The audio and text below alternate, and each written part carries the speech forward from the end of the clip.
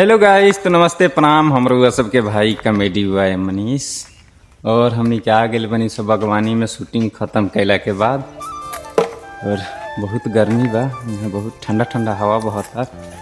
और एक जना चढ़ल बरन ऊपर आम तुरे, और आम गिरैले बरन, देख सकत तनी लोग।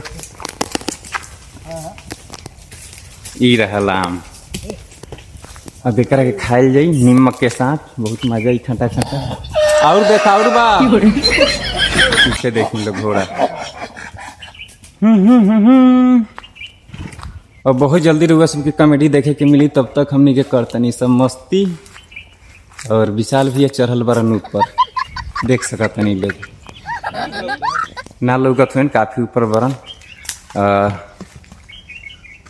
ई रहल आम। तो जे भी भाई के खाए के बा कमेंट करी लोग, हम आम लेके आ जाए क्या। तो हमनी के मस्ती करते आम लेके बाइक पर सवार होके चल देनी है अपना रूम पर। के बाद आम के धो के नीमक में लपेट के एक सवार टेस्ट करे लगनी सन, और काफी ज्यादा खाटा लग, मियाज टन आ गए।